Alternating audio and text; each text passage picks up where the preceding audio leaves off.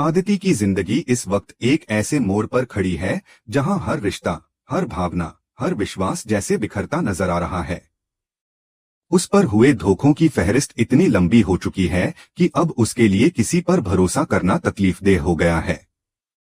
एक समय था जब वह अपने माता पिता को अपनी दुनिया समझती थी, जिनकी गोद में उसने अपने बचपन के सबसे खूबसूरत पल बिताए थे। मगर वही माँ और बाबा उसकी जिंदगी का सबसे बड़ा सच उससे छुपा बैठे। वो सच्चाई जिसे जानने का अदिति को पूरा हक था, वह बरसों तक उसे नहीं बताई गई। उस राज के सामने आते ही अदिति के पैरों के नीचे से जमीन खिसक गई। उसे समझ नहीं आया कि उसके अपने ही लोग उसके साथ ऐसा कैसे कर सकते हैं। और जब उसने थोड़ा हिम्मत जुटाई, अपने टूटे दिल को सहारा दिया, तभी उसकी जिंदगी में आया ऋषि। एक ऐसा शख्स जिससे उसने सच्चा प्यार किया, अपना दिल खोलकर रख दिया। उसे लगा था कि शायद अब उसकी जिंदगी में उजाला लौटेगा, पर किसे पता था कि वही ऋषि उसकी उम्मीदों को चूर चूर कर देगा। वो इंसान जिसकी आंखों में अदिति ने अपने कल के ख्वाब देखे थे, वही अब किसी और की परछाई में खोता जा रहा है। ऋषि अब झनक के बेहद करीब आ गया है। उसकी हर बात में झनक का जिक्र होता है। वह हर वक्त झनक के आसपास रहता है, उसकी परवाह करता है, उसे हर मोड़ पर सहारा देता है। यह सब देखकर अदिति का दिल छले की तरह तड़प उठता है। उसके लिए यह सब किसी बुरे सपने जैसा है। एक ऐसा सपना जिससे वह आंखें खोलना नहीं चाहती, लेकिन वह नींद में भी चैन से नहीं रह सकती। अदिति को साफ साफ दिखने लगा है कि ऋषि का दिल अब किसी और के लिए धड़कने लगा है। वह झनक से प्यार करने लगा है, और यह बात अदिति के सीने में जैसे अंगारे बनकर धधक रही है। उसने ऋषि को अपना सब कुछ माना, उस पर आंख मूंद कर भरोसा किया, लेकिन आज वह भरोसा ही उसकी सबसे बड़ी कमजोरी बन गया है। उसकी अपनी कहानी अब किसी और की कहानी में बदलने लगी है, और वह बेबस होकर सब कुछ देख रही है। पर बात यहीं खत्म नहीं होती। ऋषि अब झनक के लिए अपने परिवार से भी लड़ने को तैयार है। वह हर उस फैसले के खिलाफ खड़ा हो जाता है जो झनक के खिलाफ जाता है। हर कदम पर, हर मोड़ पर वह झनक का साथ देता है। यह सब देखकर अदिति खुद को टूटता हुआ महसूस करती है। उसकी आंखों में नमी है, दिल में गुस्सा है, और दिमाग में हजारों सवाल। वह समझ नहीं पा रही कि आखिर उसकी जिंदगी में ऐसा क्यों हो रहा है। क्यों हर रिश्ता जिस पर उसने विश्वास किया, उसे तोड़ गया। धीरे धीरे उसका दर्द नाराजगी में और नाराजगी गुस्से में बदलता जा रहा है। वह अपने कमरे में चली जाती है, दरवाजा बंद कर लेती है, और अकेले में अपने आंसुओं को बहने देती है। हर आंसू उसके दिल के टूटने की गवाही देता है। वह खुद से सवाल करने लगती है, क्या उसके नसीब में सिर्फ धोखा ही लिखा है? क्या उसे कभी सच्चा प्यार नहीं मिल सकता? क्या उसके अपने कभी उसके साथ सच्चे नहीं हो सकते? उसका भरोसा हर बार टूट जाता है, लेकिन फिर भी वह हर बार खुद को समेटने की कोशिश करती है। इन सबके बीच अदिति की हालत इस हद तक बिगड़ चुकी है कि अब वह कोई बड़ा कदम उठाने के बारे में सोच रही है। वह फैसला जो शायद उसकी कहानी की दिशा हमेशा के लिए बदल देगा। उसके मन में अब सवालों से ज्यादा जवाब पाने की बेचैनी है। वह इस मोड़ पर खड़ी है जहां से लौटना आसान नहीं, और आगे बढ़ना बेहद दर्दनाक है। हर रिश्ते की परतें उसके सामने खुल चुकी हैं, और हर परत में सिर्फ छल और धोखा छिपा मिला है। अदिति को ऐसा महसूस होता है कि अब उसकी जिंदगी में कुछ भी बाकी नहीं रहा। जिस माँ बाबा ने उसे इस दुनिया में लाया, उन्होंने ही उसका अतीत छुपाया, और जिसे उसने अपना भविष्य समझा, उसने उसे अकेले रास्ते में छोड़ दिया। ये दोहरे धोखे उसकी आत्मा को अंदर तक झकझोर चुके हैं। अब वह खुद को समझाने की कोशिश नहीं करती। उसका विश्वास, उसकी मासूमियत, उसका प्यार, सब कुछ जैसे खत्म हो गया है। अब उसमें सिर्फ एक गहरी खामोशी बाकी है, जो हर पल उसके भीतर कुछ तोड़ती जाती है। रात गहराती जाती है, और अदिति का मन और बेचैन होता जाता है। वह अपनी पुरानी डायरी निकालती है, जिसे उसने कभी प्यार में लिखना शुरू किया था। उस डायरी के पन्ने अब भी ऋषि के नाम से भरे हैं। हर एक पंक्ति में उसका जिक्र है, उसके साथ बिताए पल, उसकी बातें, उसका साथ। लेकिन अब वो सब यादें सुई बनकर उसकी रूह में चुभ रही हैं। वह चाहकर भी उन लम्हों को भुला नहीं पा रही जो अब उसका हिस्सा नहीं रहे। एक वक्त था जब वह झनक को अपनी दोस्त समझती थी, लेकिन अब वही झनक उसकी सबसे बड़ी तकलीफ बन गई है। उसे लगने लगा है कि झनक ने उससे सब कुछ छीन लिया, ऋषि का प्यार, उसका भरोसा, यहाँ तक कि उसका आत्मसम्मान भी। वह सोचती है कि क्या झनक जानती है कि वह अदिति की जिंदगी को कितनी गहराई से बदल रही है, या फिर ये सब इत्तेफाक है। इन सवालों के बीच एक गहरी रात गुजर जाती है और एक नई सुबह की किरण अदिति के चेहरे पर गिरती है। लेकिन ये सुबह वैसी नहीं है जैसी पहले होती थी। अब उसकी आंखों में चमक नहीं बल्कि एक ठहराव है।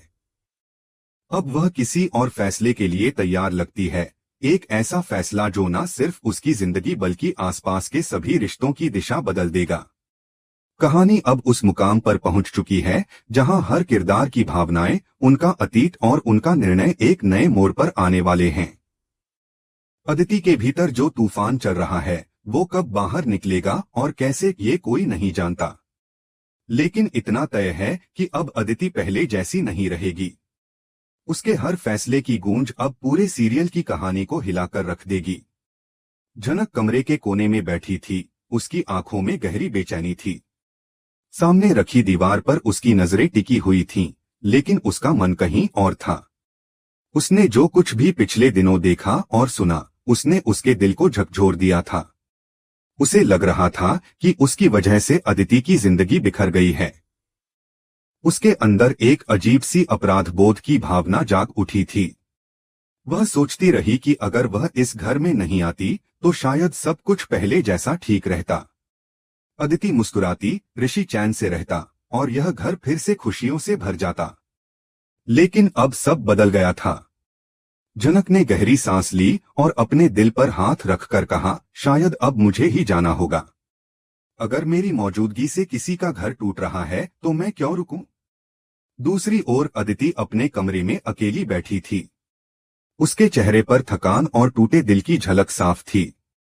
उसके हाथ में ऋषि की पुरानी तस्वीर थी, जिसे वह बार बार छू रही थी, जैसे उसमें फिर से कुछ महसूस कर पाए।